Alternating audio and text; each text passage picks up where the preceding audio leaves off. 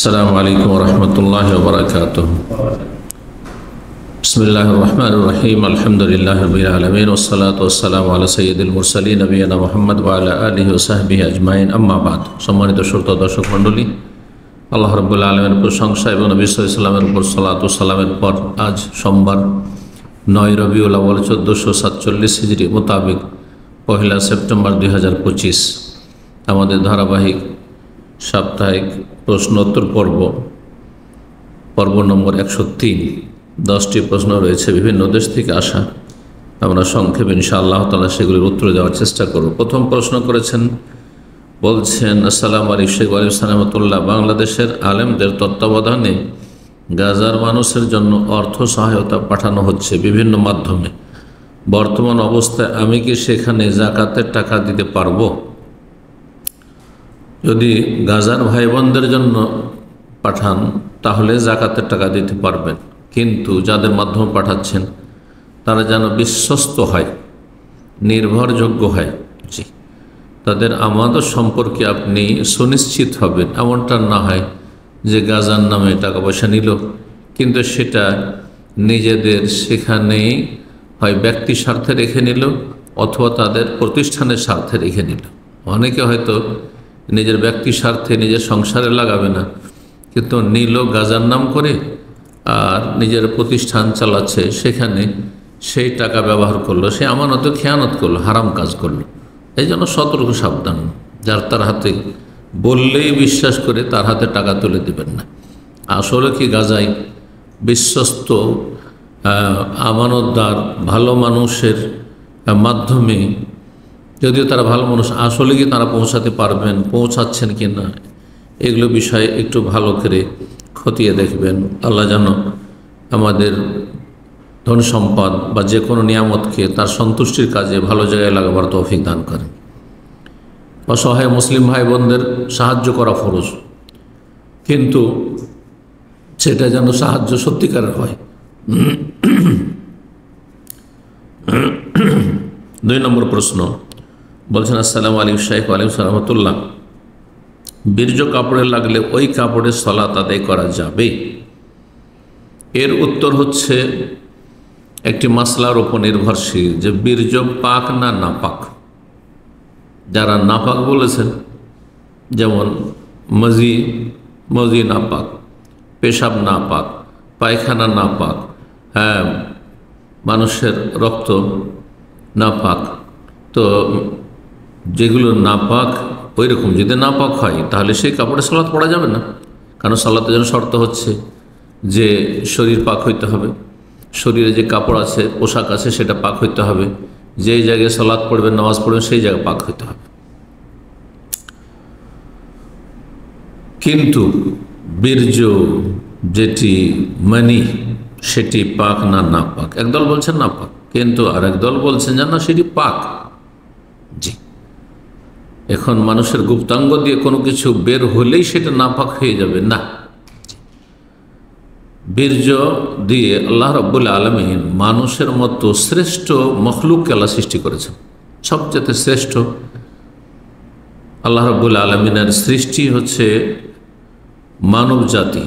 সুতরাং মানব জাতিকে নাপাক পানি দিয়ে সৃষ্টি করেছেন, এই কথাটি কি আসলে হাদিস সম্মত না ভুল কথা? আসলে এটি আমাদের দেশে প্রচলিত ভুল কথা। আল্লাহ রাব্বুল আলামিন শ্রেষ্ঠ সম্মানিত এই মানুষকে আল্লাহ নাপাক পানি দিয়ে সৃষ্টি করেননি। কোনো জায়গায় কোরআনের আয়াতে নাপাক বলা হয়নি বীর্যকে। বলা হয়েছে যেই পানির কথা, যে বীর্যের কথা, মিম্মাই মাহিন, তুচ্ছ পানি, ঘৃণিত পানি, যেটা অরুচিকর। তাহলে সঠিক মত হচ্ছে যে বীর্য হচ্ছে মানুষের কাশ পোটা এগুলির মধ্যে। কাশ পোটা নাপাক নাই যদি আপনার কাপড়ে লেগে থাকে, কিন্তু অরুচিকর। কাপড়ে যদি লেগে থাকে তাতে রুচি হবে না। সুতরাং এইটি হচ্ছে সঠিক মত। আর এর দলিল মা আয়েশা রাদিয়াল্লাহু তাআলা আনহার আমল, নবী সাল্লাল্লাহু আলাইহি ওয়াসাল্লামের কাপড়ে মনি বীর্য লেগে থাকতো, আর তারপরে পানির অভাব ছিল, ধুইতেন না পরিষ্কার করার জন্য, হ্যাঁ, বরং সেটা শুকিয়ে যেত যখন, তো শুকিয়ে গেলে সেটাকে ভালো করে ঘষা দিয়ে কচলিয়ে তারপরে সেই সালাতেই কাপড়, সেই কাপড়েই রাসূলুল্লাহ সাল্লাল্লাহু আলাইহি ওয়াসাল্লাম সালাত আদায় করতেন। জি, সুতরাং ময়লা নাপাক যদি না হয়, নোংরা বস্তু বা ঘৃণিত বস্তু নাপাক যদি না হয়, কাশফোঁটা, সেটি ধুয়ে নিলে ভালো পানি থাকলে। কিন্তু যদি কেউ না ধয়, সেটাকে মুছে ফেলে দেয় বা সেটা শুকিয়ে গেছে সেটাকে কচলিয়ে ফেলে দেয়, তাহলে কোনো অসুবিধা নেই। যেমন কাশফোঁটার হুকুম, তেমনই হচ্ছে বীর্যের হুকুম। এটি হাদিস দ্বারা প্রমাণিত। আল্লাহু আ'লাম। 3 নম্বর প্রশ্ন বলছেন, আসসালামু আলাইকুম শেখ ওয়ালাইকুম সালাম, আমি দুনিয়াবি ধন সম্পদের ফিতনা থেকে বাঁচার জন্য আল্লাহর কাছে দোয়া করি, হে আল্লাহ, আমাকে আমার পরিবারের নিজের এবং হক আদায় করা এতটুকু রিজিকের ব্যবস্থা করে দাও। এভাবে দোয়া করাতে কি কোনো সমস্যা আছে? এভাবে দোয়া করাতে আল্লাহ রাব্বুল অশেষ রহমতকে আপনি সংকুচিত করে দিচ্ছেন। আপনি এত সীমিত করে কেন চাইবেন? কোরআনের মেলা দোয়া আছে বরকত চাওয়ার জন্য, রিজিক চাওয়ার জন্য, হাদিসের দোয়া রয়েছে। কিন্তু আপনি আল্লাহ আমাকে বেশি দিও না, আল্লাহ এতটা দিও যাতে আমার সংসার চলে যায়, এভাবে সীমিত করে কেন চাইবেন? আল্লাহর রহমত কি কম আছে? আল্লাহর কাছে কি তার অনুগ্রহের রহমত বরকতের অভাব আছে? তো কেন সীমিত করে চাইবেন? তবে এই দোয়া অবশ্যই করতে হবে, আল্লাহ এই ধন সম্পদ যা দেবে তুমি তোমার সন্তুষ্টির কাজে লাগাবে তৌফিক দাও। এটা দিয়ে যেন গুনাহ না হয়, পাপ করে যেন উপার্জন না হয়, আর পাপের জায়গায় যেন খরচ না হয়, পয়সা হয়ে যেন অহংকারী না হয়ে যায়, আমি যেন পাপে লিপ্ত না হয়ে যাই, বিভ্রান্ত না হয়ে যায়। পয়সা আমার জন্য ফিতনার কারণ করে দিও না, ওয়ালা তাজালিদ দুনিয়া আকবার হাম্মান। এই জন্য কোরআনই দোয়া করুন আপনি, রব্বানা আতিনা ফিদ দুনিয়া হাসানা ওয়া ফিল আখিরাতি হাসানা ওয়া কিনা আযাবান নার। আল্লাহ দুনিয়ার কল্যাণ দান করো, ভালাই দান করো, আর আখিরাতের কল্যাণ দান করো, জাহান্নামের আযাব থেকে রক্ষা করো। এইভাবে দোয়া করবেন। কিন্তু আল্লাহর কাছে চাওয়ার ক্ষেত্রে আপনি সীমিত করবেন না। যদি আপনার জন্য আল্লাহ কল্যাণ চান, আল্লাহ জানছেন ভালো যে আপনাকে বেশি পয়সা দিলে আপনি ভালো মানুষ থাকবেন নাকি বিভ্রান্ত হয়ে যাবেন। যদি পয়সা আমার জন্য ফিতনার কারণ হয়, গুমরাহের কারণ হয়, আল্লাহ তুমি পয়সার ফিতনা থেকে বাঁচিয়ে রাখি আমাকে। আর যদি পয়সা দিয়ে, ধন সম্পদ দিয়ে আমি তোমার সন্তুষ্টির কাজ করতে, ইসলামের খেদমত করতে পারি, মানুষের উপকার করতে পারি, তাহলে পয়সা আমার মুঠে দিও, আমার অন্তরে দিও না। মানে অন্তর যেন আসক্ত না হয়ে যায়, পয়সার গোলাম হয়ে যাবেন না। জি,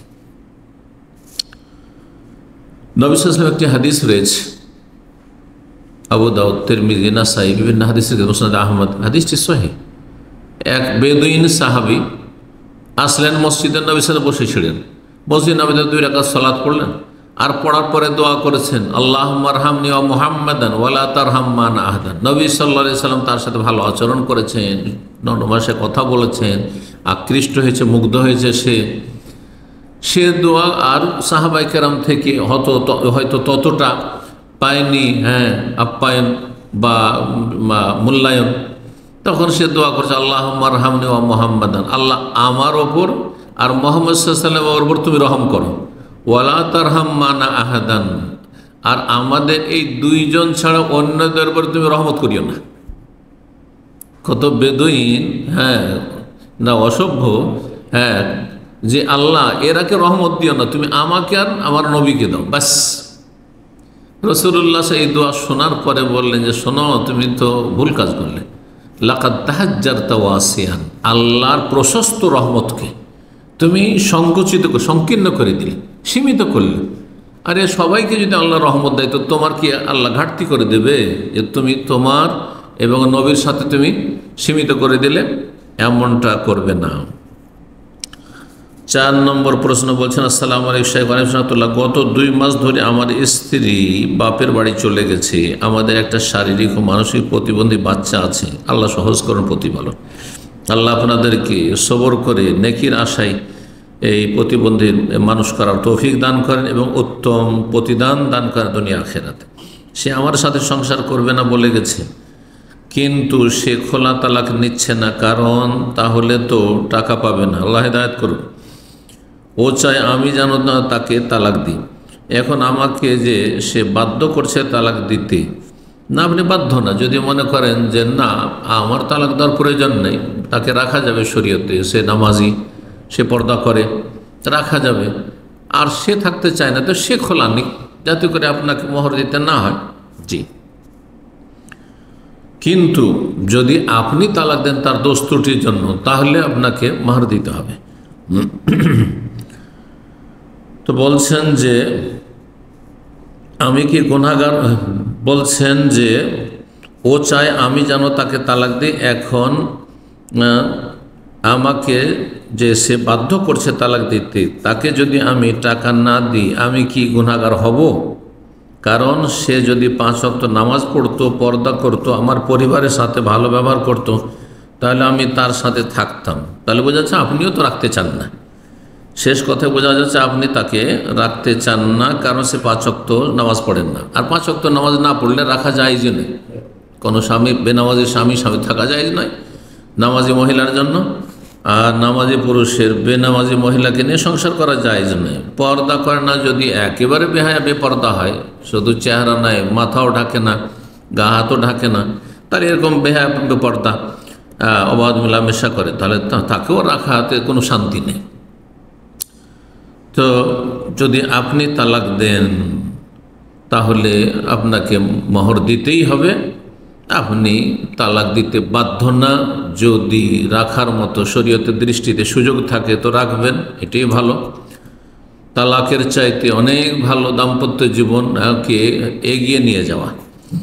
কিন্তু যদি আপনি তালাক দেন তাহলে মোহর অবশ্যই দিতে হবে, ফরজ, যেহেতু আপনি তাকে হালাল করেছেন। যদিও সে বেনামাজি হয়, সেজন্য তালাক দিচ্ছেন, কিন্তু আপনাকে মোহর দিতে হবে। আপনাকে মোহর দিতে হবে কেন? বেমাস্তাহলাল তামিন ফারজিহা, তার লজ্জা স্থান আপনি হালাল করেছেন, ভোগ করেছেন। কিসের বিনিময়ে? মোহরের বিনিময়ে। 5 নম্বর প্রশ্ন বলছেন, আসসালামু আলাইকুম সালাতুল্লাহ, আমার বাড়ি ও আশেপাশে অনেক মহিলারা থাকে, চাচি, মামি, ভাইয়ের বউ, খালাতো, মামাতো বোন, প্রতিবেশী। ওড়না দিলেও চুল, গলা, হাত পা অনেকটা খোলা থাকে। আল্লাহ হিদায়াত করুক এসব বেহায়া মহিলাদেরকে। মুসলিম মহিলা এমনটা হওয়া উচিত নয়। আমি নামাজে যাওয়ার পথে কিংবা ঘরে থাকলেও চোখ চলে যায়। কেন চোখ যাবে? চোখ নিচে রাখেন। এই অবস্থায় একজন মুসলিম যুবকের চোখের পর্দা কিভাবে হওয়া উচিত? চোখের পর্দা মানে কি আপনি চোখ ঢেকে নেবেন, চোখ বেঁধে অন্ধের মতো চলবেন নাকি? হ্যাঁ, এই ক্ষেত্রে আপনার শরীয়তের বিধান হচ্ছে, রাসূলুল্লাহ সাল্লাল্লাহু আলাইহি ওয়াসাল্লাম বলেছেন যে তোমাদেরকে রাস্তাঘাটে যদি বসতে হয়, রাস্তার পাশে বসতে হয়, আপনি বসছেন না কিন্তু রাস্তায় চলছেন, আর বেহায় বেপর্দা মেয়েরা চলাফেরা করছে, অমুসলিম মহিলাও যদি খোলামেলা চলা করে, আপনার জন্য জায়েজ নয় যে অমুসলিম মহিলা সেজন্য তাদের গায়ে হাতে তাকাবেন। আপনি, আপনার ওপর ফরজ গদ্দুল বাসার, রাস্তার হক হচ্ছে একটি গদ্দুল বাসার, দৃষ্টি অবনমিত, দৃষ্টি নিচে রাখা। যখন দেখবেন যে মহিলা আসছে মাথা নিচে করেন, যখন দেখবেন যে সামনে গায়ের মাহারাম, খালাতো বোন, মামাতো বোন, ফুফাতো বোন, বেগানা মহিলা পড়েছে, তখন আর চেহারা খোলা আছে অথবা গায়ে হাতের অংশ খোলা আছে কিছু, তাহলে অবশ্যই আপনি মাথা নিচে করে নেবেন, সেই দিকে মোড়ে তাকাবেন না, বোঝার পরে আর তাকাবেন না। নবী সাল্লাল্লাহু আলাইহি ওয়াসাল্লাম তুতবে নজরা তা নজরা, অনিচ্ছাকৃত একবার নজর পড়ে গেছে সামনে, তারপরে বুঝতে পারলেন যে মহিলা, সাথে সাথে দ্বিতীয়বার আর তাকাবেন না, আর দীর্ঘক্ষণ তাকিয়েও থাকবেন না, সাথে সাথে দৃষ্টি নিচে নামিয়ে নেবেন। আল্লাহ এটি ফরজ করে সূরা নূরে আল্লাহ বর্ণনা করেছেন। পুরুষদেরকে বলেছেন কুল্লিল মুমিনিনা ইয়াগুদ্দু মিন আবসারিহিম, মুমিন পুরুষরা যেন দৃষ্টি নিচে রাখে, দৃষ্টি নামিয়ে রাখে, এদিক সেদিক না তাকায়। ওয়াকুল্লিল মুমিনাত, আর মুমিন নারীরাও যেন বেগানা পুরুষের দিকে এভাবে না তাকায় যে কোনটা স্মার্ট লাগছে, কোনটা আমার পছন্দ হয়েছে, কোনটা বেশি ভালো লাগছে, কোনটা আমার স্বামীর চেয়ে ভালো, কোনটা কালো, কোনটা ভালো না, জায়েজ নয়। 6 নম্বর প্রশ্ন বলছেন, আসসালামু আলাইকুম শাইখ। ওয়ালাইকুম সালাম রাহমাতুল্লাহ। বলছেন যে প্রাপ্তবয়স্ক ছেলের সামনে মায়ের শরীরের কোন কোন অংশ ঢেকে রাখা জরুরি? যতটা স্বাভাবিকভাবে মহিলারা ছেলে মেয়েদের সামনে খোলা রাখতে পারে, সেটা ওলামারা বলেছেন যে সেটা আপনার নাভি থেকে নিয়ে হাঁটু পর্যন্ত খোলা জায়েজ নয়, আর বক্ষ, বুক, হ্যাঁ, তারপরে আপনার ঘাড় ইত্যাদি, হ্যাঁ, এগুলি খোলা জায়েজ নয়। বাকি অংশ যেমন হাত আপনার কনুই পর্যন্ত, পা হাঁটু পর্যন্ত, আর চেহারা আপনার মাথার চুল, আর তারপরে গলা পর্যন্ত এতটা খোলা জায়েজ রয়েছে বড় ছেলেদের সামনে অথবা যারা আপনার মাহরাম তাদের সামনে, ভাইয়ের সামনে, ভাতিজার সামনে ইত্যাদি। বলছেন 7 নম্বর প্রশ্ন। আসসালামু আলাইকুম। আমার কোনো এক প্রতিবেশী বন্ধু অটোরিকশা চালিয়ে জীবিকা নির্বাহ করে, কিন্তু তার কিছু ঋণের কারণে অটোরিকশাটি সে বিক্রি করতে চায়। তখন আমি ভেবে দেখেছি যে যদি সে অটোটি বিক্রি করে তাহলে তার আয়ের উৎস বন্ধ হয়ে যাবে, তাই তাকে অটো বিক্রি করতে নিষেধ করি এবং তখন সে আমার সাথে পরামর্শ করে আমার কাছ থেকে 1,10-20 হাজার টাকা নেই ঋণ পরিশোধ করার জন্য এবং তার জন্য সে প্রতিদিন সেই অটোরিকশা চালিয়ে যা আয় হবে তার থেকে 100 টাকা করে আমাকে দিতে চেয়েছে নিজে থেকে। এখন এই 100 টাকা করে নেওয়া আমার জন্য হালাল হবে? তার মানে আপনি 1 লাখ বা 1,10,000 যা দিয়েছেন সেটা ঋণ হিসাবে, সেটা আপন জায়গায় মজুদ থাকলো, সেটা কোনো এক সময় আপনাকে পরিশোধ করবেই, সেটাতে কমতি হবে না, সেখান থেকে কাটতি করছেন না, আর প্রতি মাসে আপনি ইনকাম করছেন ঋণ দিয়ে। যদি এটা হয় তাহলে সুদ হারাম, সুদ ধ্বংসাত্মক কাবিরা গুনাহ। জি, এতে আপনার রুজির বরকত ধ্বংস হয়ে যাবে, আর আপনার জীবনে অশান্তি নেমে আসবে, আপনার পরিবারে অশান্তি নেমে আসবে, আর তারও জি সুদ যে খাবে আর যে খাওয়াবে উভয়ের ওপর, এবং সুদের সাথে সম্পর্কিত যত লোকেরা রয়েছে, সুদের কাজকর্ম যারা করবে, সুদের জন্য সাক্ষী থাকবে, লেখাপড়া করবে, চাকরি করবে, সুদী প্রতিষ্ঠান, সবার উপর লানত রয়েছে রাসূলুল্লাহ সাল্লাল্লাহু আলাইহি ওয়াসাল্লাম। সুতরাং এটি ধ্বংসাত্মক গুনাহ, আল্লাহ এবং রাসূলের যুদ্ধের ঘোষণা রয়েছে। তবে এই ক্ষেত্রে জায়েজ হচ্ছে যদি আপনি করতেন কি, যেমন ট্যাক্সি কোম্পানিগুলি, আপনার ট্যাক্সি খরিদ করে দিয়ে দিচ্ছে ড্রাইভারকে, আপনি তার অটো রিক্সাটি খরিদ করে নিতেন, যে ঠিক আছে বিক্রি চাইলে আমি খরিদ করে নিলাম, আমি মালিক হয়ে গেলাম, আর তারপরে তোমাকে চালাতে দিলাম ভাড়া হিসাবে, আর তুমি চালাও প্রতিদিন 100 বা 200 টাকা আমি নেব, আর বাকি অতিরিক্ত যেটা ইনকাম করবে সেটা তোমার থাকবে। এটা জায়েজ, এটা একটা তরিকা জায়েজ। আরেকটা তরিকা জায়েজ যে আপনি প্রতিদিন 100 টাকা 200 টাকা 100 টাকা করে নিচ্ছেন, সেটা ঋণ থেকে আপনি কাটতি করে দিচ্ছেন, তাহলে ঠিক আছে। কিন্তু আপনার ঋণের টাকা যতটা সেটা আপন জায়গায় বহাল থাকলো, আপনি একসময় তার কাছ থেকে বলবেন আপনার কাছে টাকা পাবো, টাকাটা দেন 1,10,000 20,000, আর আপনি মাসের মাস 100 টাকা করে খেতে থাকলেন, এটা হারাম, এটা সুদ। আল্লাহু তাআলা আলাম। 8 নম্বর প্রশ্ন বলছেন, আসসালামু আলাইকুম। আমি কি আমার পরিবারকে অনুরোধ করতে পারবো আমার মৃত্যুর পর আমাকে যেন কাফনের কাপড় না পরায়, আমি যে কাপড়ের সালাত আদায় করি সেটা দিয়ে আমাকে কবর দেই, এটা জায়েজ হবে? প্রথম কথা, যে কাপড় দিয়ে আপনি সালাত আদায় করেন সেটার যে বিশেষ কোনো বরকত আছে, আর কাফন হইলে ওটাতে বেশি বরকত হয়ে যাবে, এমন ধারণা ভুল ধারণা, কোনো প্রমাণ নেই, কোনো তাবারক বলে কিছু নেই ওতে। কিন্তু যদি আপনি মনে করেন যে আমাকে এই কাপড়ে কি করিও, কাফন দিও, তো জায়েজ আছে। কোন একটা কাপড় আপনি দিলেন, বলে এইটাতে আমাকে করিও ওসিয়ত, তাহলে জায়েজ আছে। কিন্তু আপনি মনে করবেন না যে এটা দিয়ে নামাজ পড়েছি, বা এই কাপড়টা দিয়ে এহরাম বেঁধেছিলাম, উমরা করেছি, হজ করেছি, সেই জন্য এইটা দিয়ে আপনার আমাকে কাফন দিলে আমার কবর আযাব হালকা হবে, অথবা এতে আমার বরকত হবে, তাহলে এটা বেদাতে ধারণা, এটি জায়েজ নয়। 9 নম্বর প্রশ্ন বলছেন, আসসালামু আলাইকুম শাইখ। ওয়ালাইকুম সালাম। আমার মা তার ভাইদের কাছ থেকে তার পৈতৃক সম্পত্তি চেয়েছে, এতে তার ভাইয়েরা খুব দুঃখ এবং আফসোস করতেছে। আল্লাহ হেদায়েত করুক এসব অসৎ ভাইদেরকে, হারামখোর ভাইদেরকে। অতীতে যে তারা বিভিন্ন রকমের উপকার করেছে সেসব কথা বলতেছে আর আফসোস করতেছে। ভাই বোন উপকার করে না, এই বোন যদি বড় হয়ে থাকে তো ভাইগুলোকে কোলে পিঠে করে মানুষ করেনি, মায়ের সাথে সহযোগিতা করেনি, পরিচর্যা করেনি, সেবা যত্ন করেনি, পেশাব পায়খানা পরিষ্কার করেনি, সারা এলাকাতে বলে বেড়াইতেছে দেখো আমার এই বোনটা কত খারাপ, আউযুবিল্লাহ, তারাই খারাপ। আমাদের কাছ থেকে সম্পত্তি চাইছে, তোমাদের সম্পত্তি চাইনি, তোমার বাবার সম্পত্তি তারও বাবা চেয়েছে। জি, তোমার বাবার সম্পত্তি তোমাদের যেমন অধিকার আছে, তেমনি মেয়েরও তার বাবার সম্পত্তিতে তার অধিকার আছে। পার্থক্য এতটুকু যে আল্লাহ তুমি ছেলে সন্তান হিসেবে তোমাকে দ্বিগুণ দিয়েছেন, আর মেয়ে সন্তানকে এক গুণ দিয়েছেন প্রতিটি সম্পদে। সেটা ভিটে মাটি হোক, ভিটে মাটির বাড়ির ইট হোক, টিন হোক, একটা খড় হোক, হ্যাঁ, আর যে কোনো গাছপালা হোক, আম বাগান হোক, অন্য কোনো গাছ হোক। জি, গাছ যদি দুটো আপনি পান তাহলে একটি আপনার বোন পাবে। এটা হচ্ছে শরীয়তের বিধান, সব ক্ষেত্রে শরীক রয়েছে এবং তাদের এটি ন্যায্য অধিকার। যেমন আপনি একজন ছেলে সন্তান হিসেবে ভাবছেন যে বাপের ধন সম্পদ আমার ন্যায্য অধিকার, সমান অধিকার রয়েছে। কোনো রকমের পার্থক্য যদি মনে করেন তাহলে আপনি পথভ্রষ্ট, আপনি জালেম। আল্লাহ হিদায়াত করুক এসব জালেমদেরকে।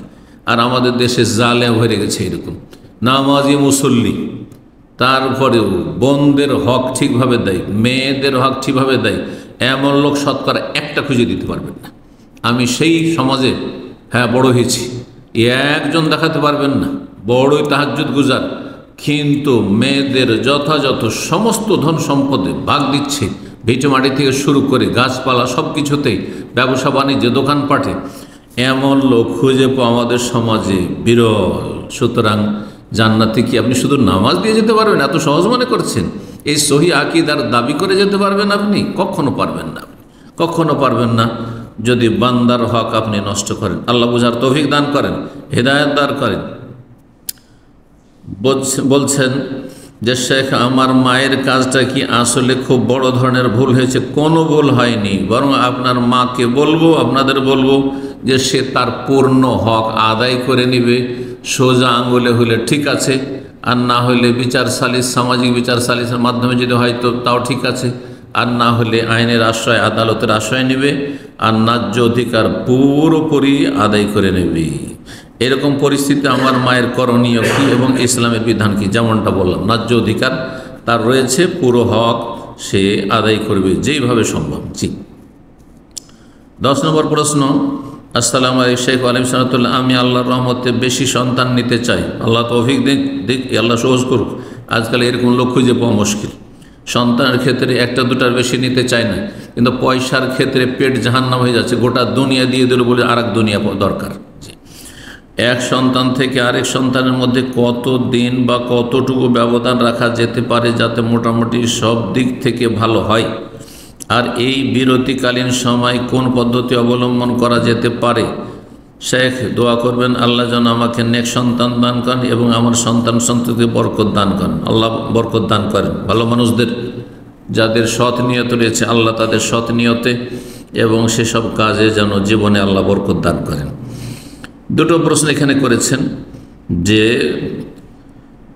এক সন্তান থেকে আরেক সন্তানের মধ্যে কত দিন বা কতটুকু ব্যবধান রাখা যেতে পারে যাতে মোটামুটি সব দিক থেকে ভালো হয়? সেটা আপনার স্ত্রীর শারীরিক অবস্থার উপর নির্ভর করছে।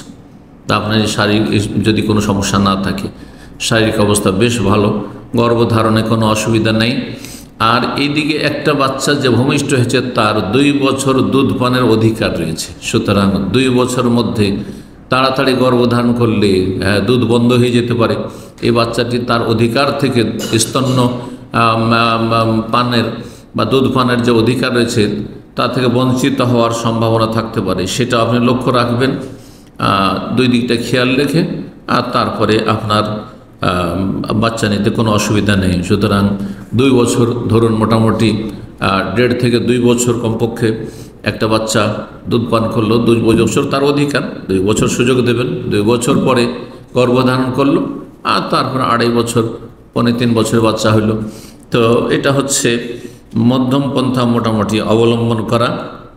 আর তারপরে যদি আল্লাহ চান আর অনেকের প্রতি বছরে হয়ে যায় অনিচ্ছাকৃত, কোনো অসুবিধা নেই। যদি শারীরিক অবস্থা স্ত্রীর ভালো থাকে তো কোনো অসুবিধা গর্ভধারণ করতে, যে আপনার মোটামুটি হয়তো 1 বছরের বাচ্চা হয়েছে, দুধ পান করেছে আর তারপরে গর্ভধারণ করেছে, নাজায়েজ কিছু নয়। এক কথায় বাচ্চার মায়ের দিকে খেয়াল রাখতে হবে, আর বাচ্চার দিকেও খেয়াল রাখতে হবে, তার দুধ পানের সময়কালটার দিকে খেয়াল রাখতে হবে। এটি মনে রাখবেন। দ্বিতীয় যে বিষয়টি, বিরতিকালীন সময়ে কোন পদ্ধতি অবলম্বন করা যেতে, অস্থায়ী পদ্ধতি অবলম্বন করবেন, স্থায়ী পদ্ধতি অবলম্বন করা যাবে না, কিন্তু গ্যাপ দেওয়ার জন্য বিভিন্ন ব্যবস্থা রয়েছে, সেটি আমরা চাইতে আপনারা বেশি জানেন। আজকাল দুনিয়াদার মানুষরা বেশি জানবেন যে বিভিন্ন মেডিসিন রয়েছে বা আরও কিছু রয়েছে, সেগুলি আপনারা যে কোনো একটি অবলম্বন করতে পারবেন যাতে শারীরিক স্ত্রীর ক্ষতির আশঙ্কা না থাকে। আল্লাহু আলাম। ওয়া জাযাকুমুল্লাহু খাইরান ওয়া সাল্লাল্লাহু ওয়া সাল্লাম নবিয়ানা মুহাম্মদ ওয়া আলা আলিহি ওয়া সাহবিহি আজমাইন।